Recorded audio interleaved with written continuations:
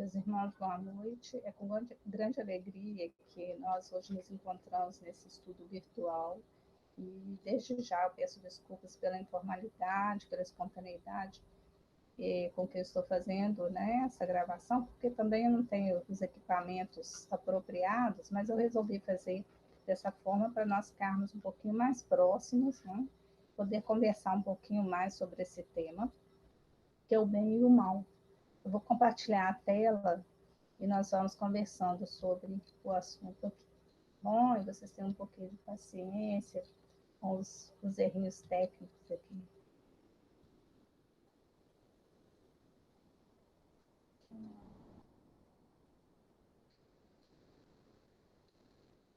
O bem e o mal são concepções com as quais convivemos desde a infância e geralmente são representados por símbolos que indicam o lado certo e o lado errado de uma determinada situação. De forma que, na essência, já sabemos o que significam. Em essência, todo ser humano sabe o que é bom ou mal, sabe o que significam o bem e o mal, seja para si mesmo ou seja para o semelhante. Mas será mesmo que sabemos identificar com clareza esses conceitos? Ou eles variam de acordo com perspectivas pessoais, socioeconômicas, históricas, políticas, etc.?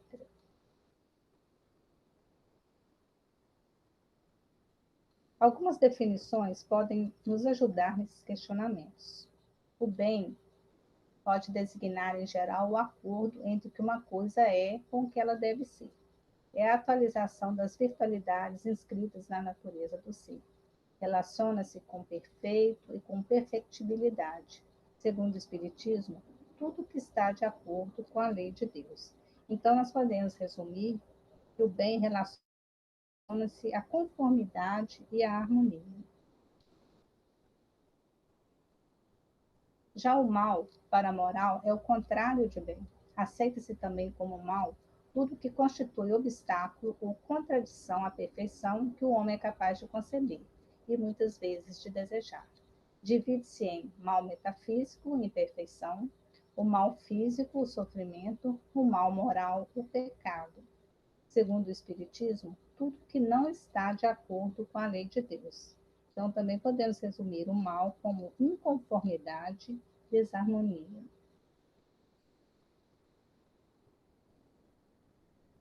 Qual seria a origem do mal, já que tudo foi criado por Deus? Deus é o bem, o mal somente vem do homem, isso está em Gênesis. Persiste no espírito humano a tendência para o mal como ressonância do primarismo ancestral das experiências transatas da evolução. O espírito não é mau em razão da sua origem divina, porém, nele permanece o mal como a ganga retida na gema preciosa ou o estorracho mesclado ao trigo bom na mesma gleba.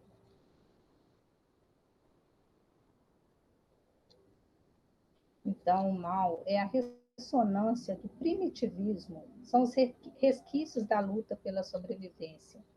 À medida que o homem desenvolveu a inteligência e aplicou-a para proteger-se e preservar a espécie, adquiriu o poder de vencer as feras e os animais gigantescos. Como decorrência, ficou a presença do mal nele dominante, que vem aplicando contra si mesmo, autodestruição, excesso nos vícios e contra os outros, furtos e roubos, calúnias, perseguições, homicídios e guerras que ameaçam toda a civilização. Essa é a permanência do mal na nossa existência. O que sai do homem, isso é que contamina o homem, porque do interior do coração dos homens saem os maus pensamentos, os adultérios, as prostituições, os homicídios, os furtos, a avareza, as maldades, o engano, a dissolução, a inveja, a blasfêmia, a soberba, a loucura. Todos estes males procedem de dentro e contaminam o homem.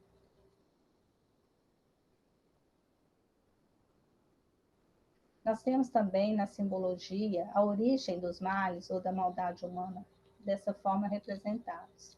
Nas escrituras sagradas, temos a ingestão do fruto proibido como origem da maldade. Na mitologia grega, temos a abertura do jarro de Pandora. Na filosofia, temos o mito do anel de Giges, que insere o poder como um acréscimo capaz de determinar a intenção humana. Mito que inspirou Tolkien a escrever a trilogia O Senhor dos Anéis. Pensamento este que depois é formulado por Abraham Lincoln ao dizer: se quiser pôr à prova o caráter de um homem, dê-lhe o poder.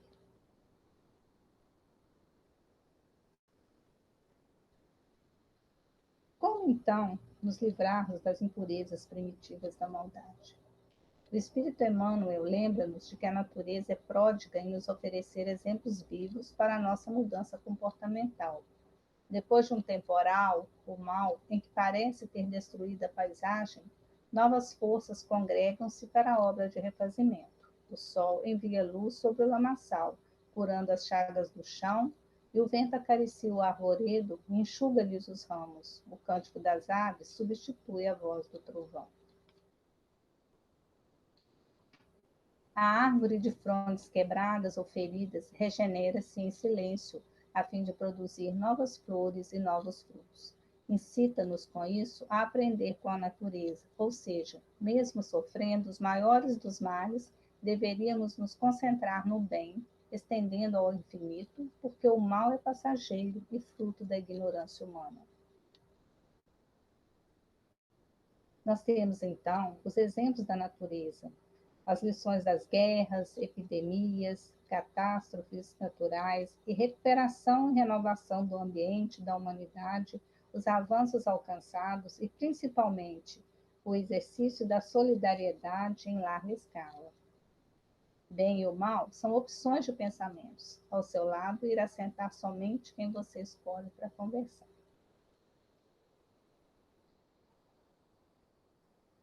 E quanto à prática do bem? Quando e como fazer? Questionando um conhecido ditado: fazer o bem sem olhar a quem. De onde provém esse ditado, essa ideia?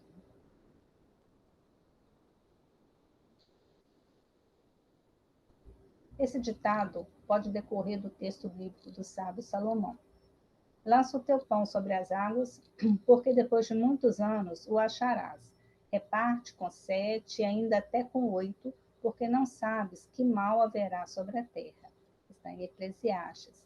Isso significa que, ao fazer o bem, quando temos vontade de fazer o bem, não é necessário que nós fiquemos selecionando ou, né, detalhando muito como vai ser feito esse bem, né? Em que dimensão ele vai ter um alcance, né? Quais são as pessoas atingidas. É para fazer o bem que, de alguma forma, ele vai voltar para nós algum dia. Né? Mas também nós temos o outro lado da moeda desse ditado. Porque lá em Provérbios, nós temos o seguinte: não deixes de fazer bem a quem o merece, estando em tuas mãos a capacidade de fazer. O que significa isso? Saber a quem e por que fazer o bem, para que ele surta mais efeito e vá além do indivíduo para a coletividade. Ou seja, isso é um conceito interessante de fazer o bem, porque o bem tem que ser feito a todo tempo. Mas em algumas situações é preciso que nós atentemos que o ato em si repercuta o máximo possível além do sujeito imediato que o recebe. É o bem além do alguém.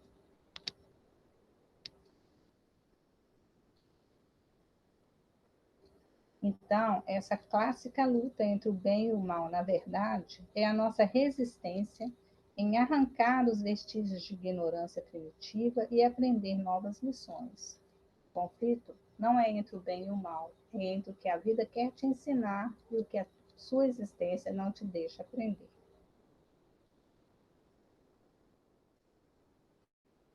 E como apoio a essa caminhada, nós temos a promessa do respaldo divino, confiantes na vitória do bem pelas experiências no amor.